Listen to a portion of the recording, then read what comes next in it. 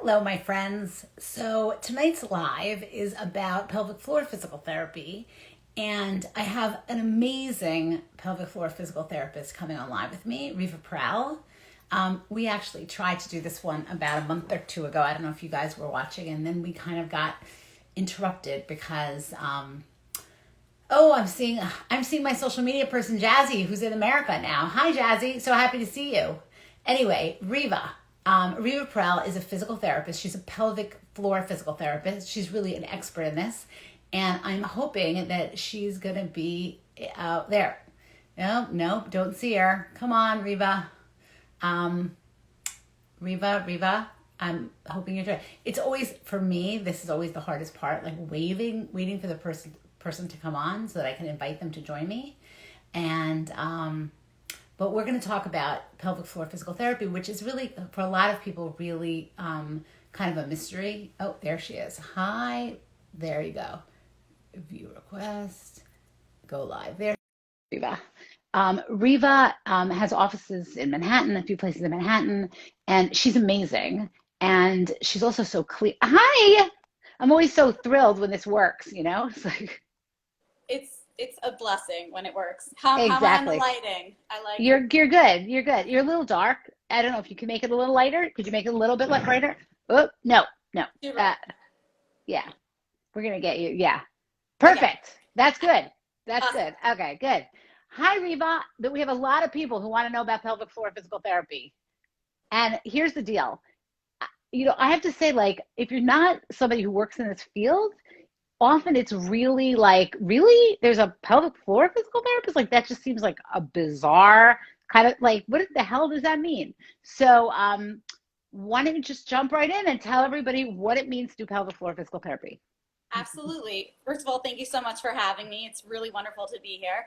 And I agree. Most people don't know what pelvic floor physical therapy is. Usually when I'm asked what I do and I respond, a pelvic floor physical therapist, the first question is, what is that?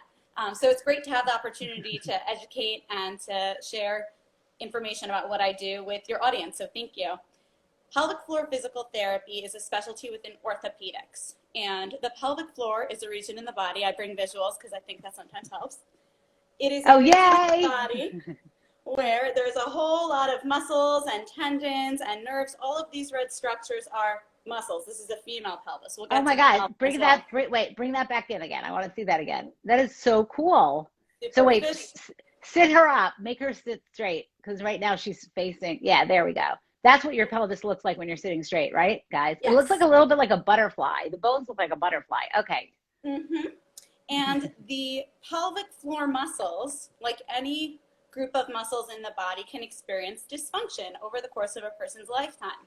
And I like to categorize pelvic floor dysfunction into two different categories. There can be underactivity or weakness, and on the other end of the spectrum, there can be overactivity or tightness, spasm, pain. So people who have underactivity, think of your patients who have it's incontinence, postpartum, aging-related changes, organ prolapse, which is descent of the organs, and that kind of individual would require an uptraining or strengthening program versus a person who has overactivity or muscle spasm and tightness, which can manifest as urinary frequency, constipation, pelvic pain, pain with intercourse or dyspareunia. And those individuals would require a down training, stretching, releasing type of program. Did I ever tell you a story of when I decided I had a prolapsed uterus? Because I had seen too many. I was at a conference and I had seen so many videos of like weak muscles and prolapsed uterus, and I, for some reason, was convinced I had one. And I went off to my friend, the OBGYN, and I was like, "Oh my God, I have a prolapsed uterus." And she was like, "It's okay." She gave me this whole. She assumed I knew what the hell I was talking about. This is like out of 15 years ago, and she gave me a whole pep talk before she examined me and said, "Like, what the hell are you talking about?" Anyway, sorry, but the idea of having muscles that are too weak is just I needed to throw that story in. Sorry, Riva. No, I'm glad that you shared. Thank you. So across the lifespan, there could be lots of different dysfunction that can occur, and the pelvic floor would either require uptraining and strengthening, such as Kegel exercises, or stretching, releasing. So think of like any tight muscle in the body. If you wake up, if you sleep the wrong way, you have a stiff neck, can't move, it's not going to feel good. It's going to be painful to touch, and you're going to likely benefit from a massage or acupuncture, some form of releasing the tension in the muscles so that you can function again, so that you can turn your neck properly, you can have range of motion once again. So why did it take, like, I have to tell you, I feel like in the last 10 years, and you can correct me if I'm wrong, but I feel like this whole field kind of really developed or sort of expanded in the last 10 years. And I don't get why it took that long. Like, why it was so late into the game that people started realizing, oh, this is a part of your body too that needs to be like addressed. That's a really great question. I think that because it's the body part that is uncomfortable for most people to think about and talk about. And even in PT school, Batsheva, I did not learn anything about the pelvic floor. It was basically, if you decide that you want to go into pelvic floor, then you'll take continuing education classes, which really is the best way to learn and absorb information about this. But we didn't address this in PT school, and I think it's safe to say that in medical school, most doctors don't really get into the pelvic floor muscles. It was not known that this is a region in the body where the muscles can get tight, just like your shoulder or your hamstrings, and it can benefit from physical therapy the way other tight muscles can. And actually, a lot of my time is spent educating both the lay community and medical community about this specialty so that more people can get help in a timely, dignified manner. So what do people come in more than anything else? Like, what would you say? Like, what are the things most people come in with? I would say sexual dysfunction. That is a big one, and prenatal postpartum issues, usually postpartum. Can you talk about each of those just briefly? Sure. The symptoms that most of my patients who come in with sexual dysfunction, and very interesting, I would love to have a chat with you another time about why there's a stronger prevalence within the Orthodox Jewish community of sexual dysfunction, but we'll save that for another time. Well, I just want to say it could be that there's a higher prevalence, or it could be that they're more motivated to get it fixed, right? Like that, we don't really know exactly. Right. Okay, so I keep going. But I do think there is a higher prevalence. And also the Indian community. I have to say, like the East Asian community and the Orthodox Jewish community. So very similar communities. But anyhow, this will be another chat, guys. If you have any questions. Anyway, go ahead. Yeah. So individuals who have sexual dysfunction, it can range from having pain during intercourse and they're able to engage in intercourse or consummate their marriage. And it can also run the gamut that individuals are not able to tolerate even a finger being inserted vaginally. So for individuals who experience those symptoms, they benefit from manual therapy. So me doing a lot of internal work to help stretch the tight muscles, to help treat trigger points that exist, and to teach patients how to use dilators or a Therawan, depending on what's most appropriate for them, to help them stretch the muscles on their own at home. So I give every patient a thorough home exercise program so that they can progress. And oftentimes the hip muscles are tight in conjunction with the pelvic floor muscles. The pelvic floor muscles are rarely tight in isolation. So oftentimes I will be prescribing hip stretching exercises depending on how the patient is presenting and what their hip assessment reveals. You know, you just gave me an idea because I'm trying to think about whether I should do a dance party. I was like, I think instead of one of my lives, I should do a dance party. So would you come to my dance party? And then we could do, I thought we could like break. Oh, I'm getting a lot of love on that one. And I thought we could break and I could give sex tips, but maybe I could break and we could do like hip flexor exercises. Don't you think that would be fun? We could do pelvic rotation exercises, get some belly dancing. Yes. Okay, good. You're giving me great ideas. Okay, good. So now, all right, so there's that. And now let's talk about pre and postpartum issues. So a lot of patients present prenatally, oftentimes with pain, either low back or upper, all the way to cervical even, and urinary incontinence. So helping them with relieving any of the tension in muscles that are tight, because during pregnancy, there are all these shifts that are happening, hormones, relaxin, all over the place, everything's looser, things are shifting out of alignment. And when bones shift out of alignment, the muscles that attach to those bones can get shortened and tight or lengthened and weak.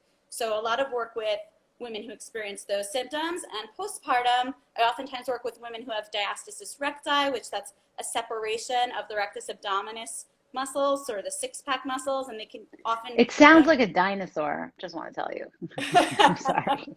Patients, the number of ways I've heard it pronounced, it's like I should like keep a log. Like the most creative one should like get a free session. So they'll often say, oh, I see there's like a little pooch or an outpouch, or it looks like there's like fat that I can't seem to lose. The rest of my core feels like it's getting better. What is this? So I often do taping to help reduce the diastasis and teach them exercises to help strengthen the rectus abdominis in a shortened, more proper positioning. Prolapse is a common one postpartum, and yet again, the urinary incontinence. So then we would do strengthening Kegel exercises to help women restore their pelvic floor strength. So here's the piece that's really interesting. And I don't know how many people who are watching this know that men, like, so I feel like, we've been using pelvic floor physical therapists at Maze for like many years now, because it's really, it's a piece of what we do. We do dilation, we do a lot of other things for vaginismus, but often we need to refer to a pelvic floor physical therapist for like more extensive work. We don't do urinary incontinence, stuff like that. But the men can also need a pelvic floor physical therapist. And that one feels to me really new, because the men are like, when we started realizing that there was this chronic pelvic pain syndrome, that men are going to the doctor and being diagnosed with urinary tract infections again and again and again, when it isn't that, and nobody knows how to treat it. And that is a pelvic floor physical therapist. Like, to us, that was like a light bulb turning on, and we have droves of men coming in now. So can you speak to that a little bit? Yeah, absolutely. So men have pelvic floors too, as you see. And these muscles can get tight. Can I just say, you have a really cool model for the women and you have a flat sheet for the men. I think that's hysterical. It's awful, and I need to fix it. I'm in the process of getting a better male model. Okay, that's fine. But definitely the muscles in the pelvic floor in men can get tight the way they can in women. And I often see very, very common presentation is individuals who have jobs where they're sitting all day. And as we like to say as pelvic floor therapists, sitting is the new smoking. So the muscles. Can I tell you, I've never heard that, and I love that. As somebody who has just purchased a standing desk in both my office and my home, yes. Go for it. Okay, go on. Especially people who sit with their legs crossed, forget about it. It's like, please don't do that, people. It's not great. Really? Mm-hmm. I did not know that. Things you learn. Okay, good. I don't cross my legs, but yes. Anyway, go on. Now I'm going to cross them as we talk, because I just feel like I should for a second. Okay. Anyhow, go ahead. Okay. So sitting, also people who have a history of intense physical exercise, especially cycling. The seat of a bicycle is not conducive for a friendly, happy pelvic floor. It's a lot of pressure on the perineum. It can create tightness of the pelvic floor muscles. It's associated with erectile dysfunction, and that can all be treated with physical therapy. If the pain is due to a musculoskeletal cause, pelvic floor physical therapy can help to stretch and loosen the tight muscles in men, just like they can in women.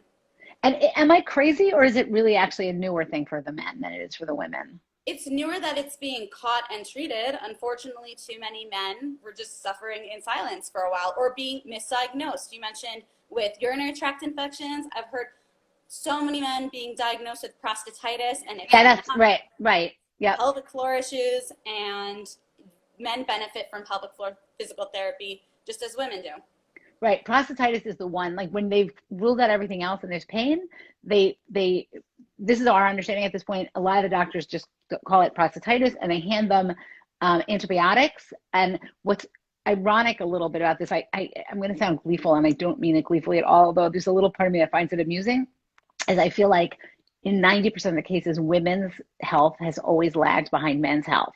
Like, think they discover stuff for men, and then women like don't get short shrift until they figure out like, oh, maybe women need treatment. This is the reverse. Like, they figured it out for women, right? Am I right? I mean, that's my sense. You're 100% right. And try finding a male pelvic floor PT. There are certain men who prefer seeing a male therapist. It's nearly impossible to find a male pelvic floor therapist. It's not existent. Right, because eventually it will happen. But somebody wrote in, if you're still there, that there's a machine called Intone. Are you familiar with it? I'm not familiar with it at all. Yes, I actually had a patient trial it. It's very cool. It's a combined like biofeedback as well as stimulation type of device where if an individual is having a hard time figuring out how to do their Kegels, or they're not sure if they're doing it right, it provides a lot of feedback on how to properly perform it. First provides input so that you can feel like, oh, these muscles are the ones that I want you to be squeezing around this in-tone device. And then it provides like extremely quantifiable data on your performance and your progress between session to session. I was actually working, my patient who was using it has multiple sclerosis. So she had a neurological component that made standard PT not as effective as we would have liked. And then when I was offered this, it was the company reached out and they're like, hey, you have a patient, we want to do a free trial with you as a way to market the product. And I was like, yep, I got the perfect patient. And she found it very helpful. It's pricey, but it's effective. So it's so funny you answered the question, because I was about to say, is it only meant for men? I don't know why I thought that. I don't know, because I guess we're talking about men, but it's not. It's meant for women. Mm-hmm. Yeah. So it's a biofeedback machine. So can you explain what biofeedback is for people? Because I don't, Absolutely. Biofeedback could be my finger, which is providing feedback, and a patient can squeeze around my finger and then they properly perform an exercise. Biofeedback can also be hooked up to a machine, like to my laptop, and I have sensors that are attached to a patient, and when they squeeze their muscles properly, then a line goes up, and when they release the muscles, the line goes down. So it's a really great tool for visual learners to help make a mind-body connection to understand if they're using their muscles properly. Right. Biofeedback always sounds like this big, complicated thing. But in the end, all biofeedback really is saying you're doing something biologically and you're getting feedback to understand that what you're doing is correct. Because you do Kegels and you don't actually know if they're working, right? So, exactly. Okay. Right. And my patients can't take my finger home with them to know if they're properly squeezing. So it's helpful for them to have some form. I'll tell patients who have used dilators and are now progressing to their Kegel program, because a person should not do Kegels if their pelvic floor muscles are tight. That's like a huge. I was going to say, can you say that again, please? And say Yes. it like so people hear that? Yes. People should not strengthen their pelvic floor muscles if the muscles are already tight and on, in a state of being on all the time. So whenever I spoke about up training, down training, whenever individual requires both components, we always do the down training stretching phase first, and then we incorporate the up training strengthening. And when a person, oftentimes I'll encourage patients as a form of feedback, you have your dilators already from your stretching. You did a great job. Your pelvic floor is at a happy resting tone. Now you're ready for strengthening. I want you to try to squeeze around the dilator and use that as in lieu of my finger as a way to know if you're properly performing the exercise at home. Now, there are also really great home biofeedback units that are extremely affordable and like becoming very popular. One in particular that I have gotten great feedback from my patients from is called the PeriFit. Another one is called the Joyon, and they are for $100 or so, or even less, a way that you can do biofeedback at home. It's an internal sensor, so I don't do any internal biofeedback with my patients. I do external sensors only. But this is a sensor that you buy and keep, and it's only yours. And then you would insert it, and there's an app on your phone which shows when you're squeezing properly, the line goes up, and you release it goes down. It's all through Bluetooth. It's almost like playing a video game with your vaginal squeezing, right? Exactly. It's making pelvic floor exercises fun. And I've had patients say that it's much more motivating to be like trying to hit targets and line going up and down. There's music in the background. It's like, yeah, modern day. I mean, I grew up on like Nintendo and Game Boy, but I guess, PeriFit is now all the rage. Patients Right. It's like a dance party for your vagina. Mm-hmm. Exactly. One of my patients told me, she said, you should tell all your postpartum clients to purchase this because it's just so helpful.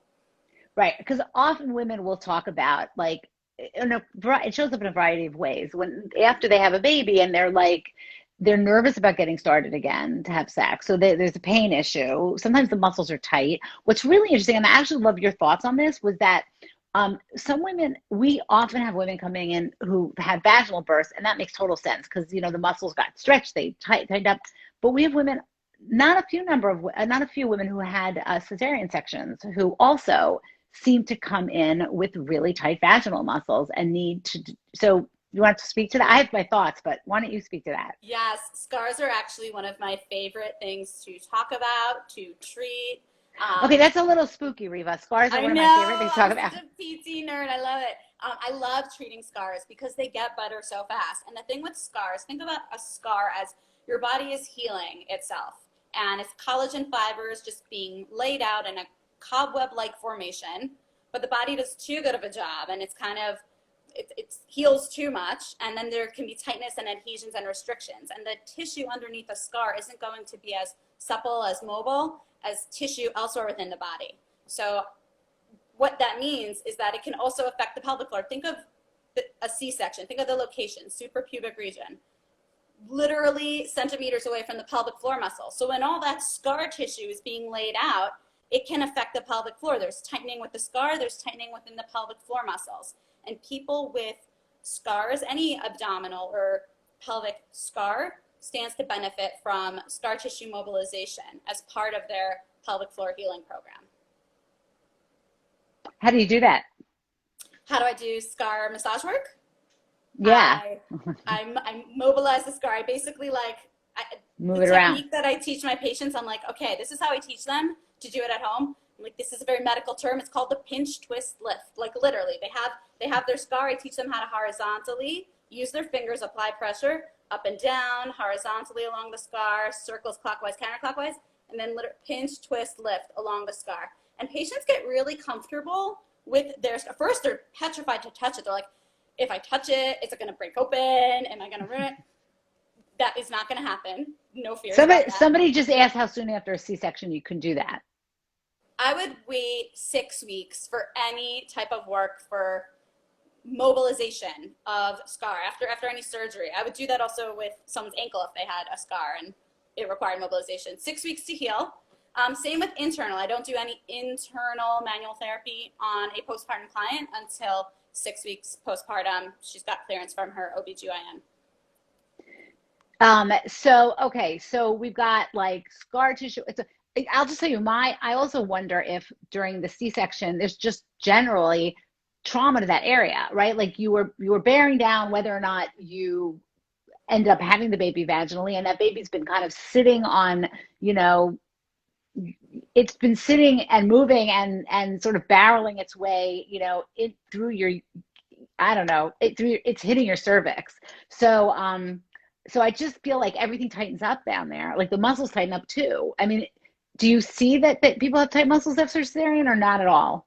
I see it more common after C-section than vaginal delivery. You see tight muscles? You see Yeah. tight muscles. That's what I'm saying. Like people are like, why are my muscles tightening up? Because they weren't even used. They just cut the baby out. But somehow the muscles tighten up also, in addition to having scar tissue. Yes. Yeah, and it's connected to the scar tissue. 100%. Oh, really? You think it's Yep. because the scar tissue is pressing on it? Because the scar tissue is immobilizing it?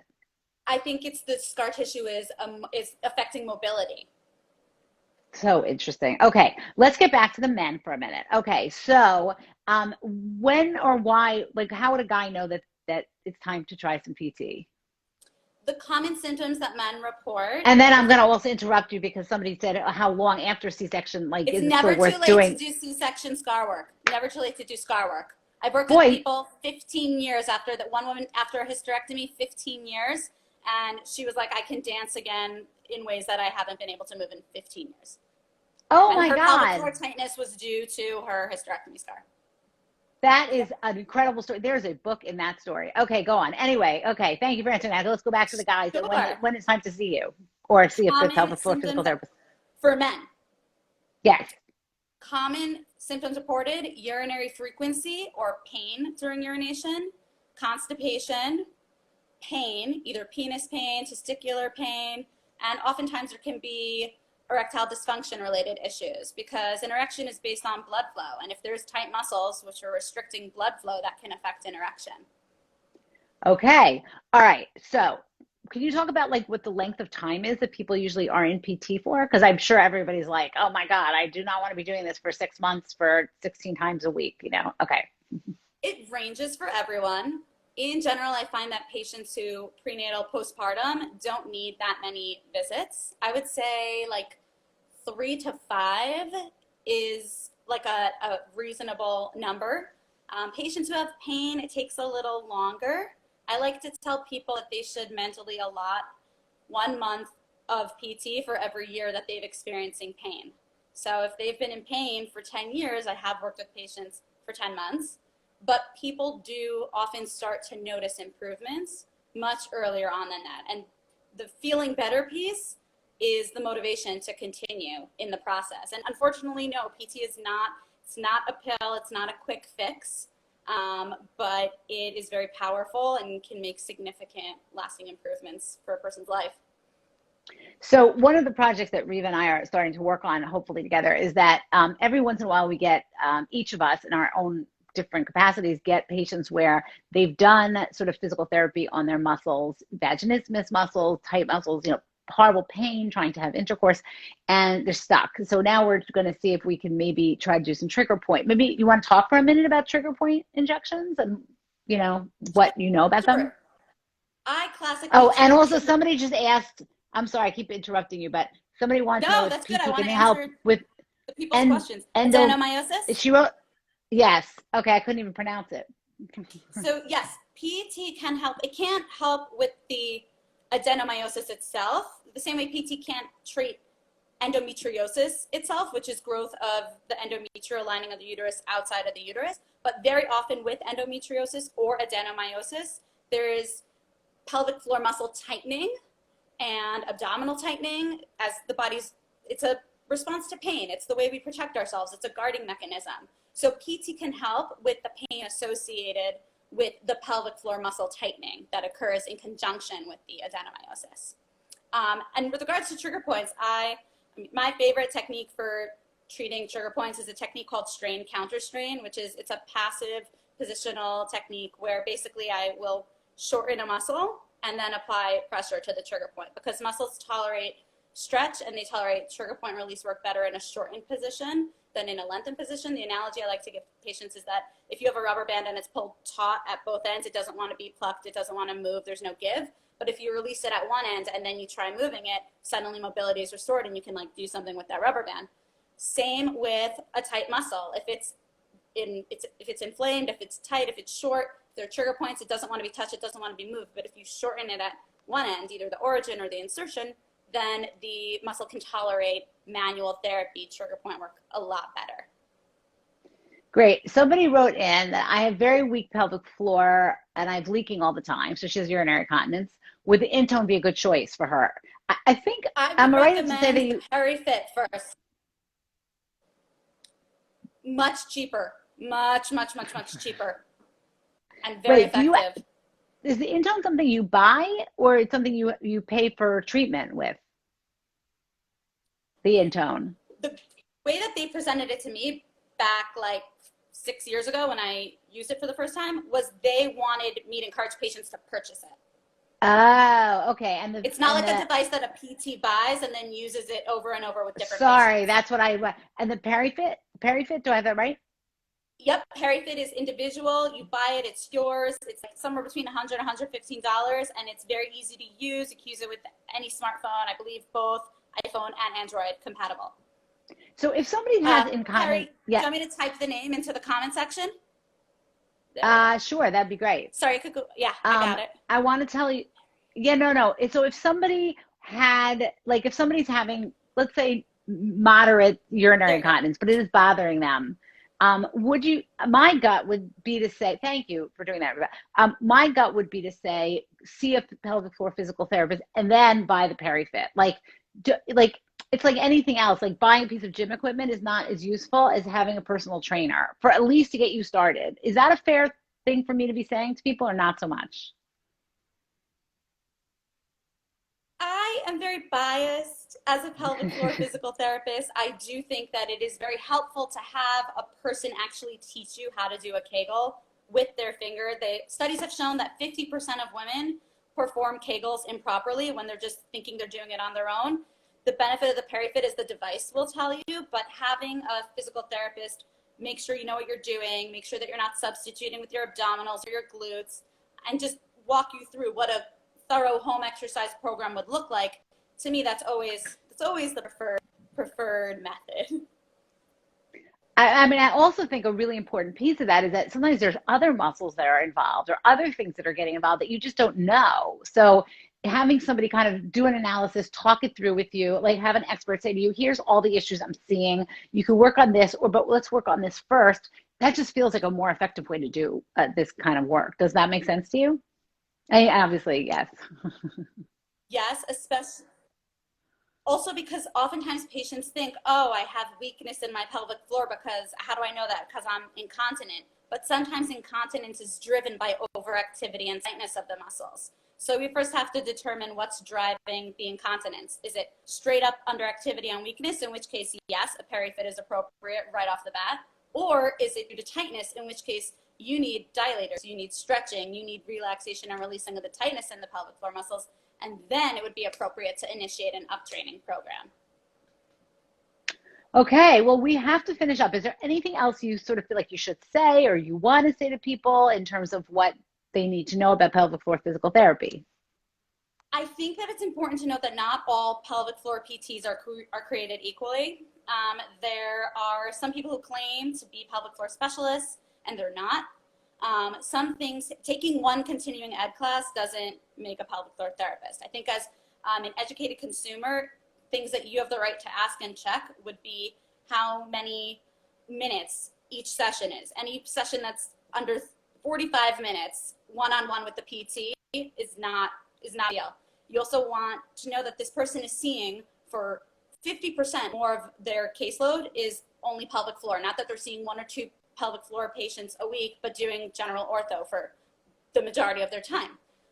Also, you want to see that they can do both external and internal, vaginal and rectal work. They should be trained in all of those modalities in order to really be able to call themselves a pelvic floor therapist. And if you're walking into a PT clinic or interviewing a PT in advance and you're talking about pain and they talk to you about Kegels, run for the hills, because it's not appropriate for individuals who have pain to be doing Kegels as part of their home exercise program. I want to tell you that you sound like me when I talk to people and I say, look, if you're looking for a sex therapist and you go online and you see somebody who says, I'm a sex therapist, I'm also a child therapist and an adolescent therapist, and I do couples counseling, and I also do overeating issues, and I do anxiety issues, and I do, trauma, I'd be like, no. Like either you do couples counseling and you're a sex therapist, or you're an individual person and you do sex, that's fine. But anybody who says they do 10 things, not good. And that's exactly what you're saying about the PT. Yep, So master of none. Exactly. And I have really, as somebody who refers to pelvic floor physical therapists, really, really find that to be the case. Like the people who specifically do pelvic floor physical therapy, like you, are just in a totally different league than the ones who do 3 cases a year or 3 cases, even 2 cases a week. Thank you. We had somebody who asked a question, and before we just close, somebody asked if any of this could be related to rheumatoid arthritis. And I'm not sure what that question is or if there's a good answer, but do you have something you want to say about that, or? Rheumatoid arthritis, there are definitely connections between any, like arthritis is an inflammatory condition, and people with any type of inflammatory condition are prone to having, it could present dysfunctionally in any part of their body. And the pelvic floor there's a ton of joints, the same way there are joints in the knee and the ankle. So yes, there can be a connection. There's not necessarily a connection though. Got it. Okay, good. All right. Well, listen, Riva, thank you so much for this. We really appreciate it. If any of you out there are people who are having any of these kind of problems, a pelvic floor physical therapist is really a really good person to get to know. Riva, tell people where to find you if they want to either follow you or find your practice. Sure. So my website is revitalizephysicaltherapy.com. I can be reached by email at Riva, R-I-V-A, at revitalizephysicaltherapy.com. You can follow me on Facebook, Twitter, LinkedIn. I have a YouTube channel called Pelvic Pearls. Please subscribe to learn pearls of wisdom about the pelvic floor. And I look forward to answering any additional questions that you have. Please don't hesitate to reach out. while we're advertising Facebook and YouTube groups, I just want to tell you I started a book club on Facebook called the Ultimate Sex Book Club, and we every month or two we pick another book that has something to do with sex, and people join in with it. So if you're listening and you're interested, you should be part of that group. But I'm going to say goodnight to you, Riva, and thank you so much for being here. So I'm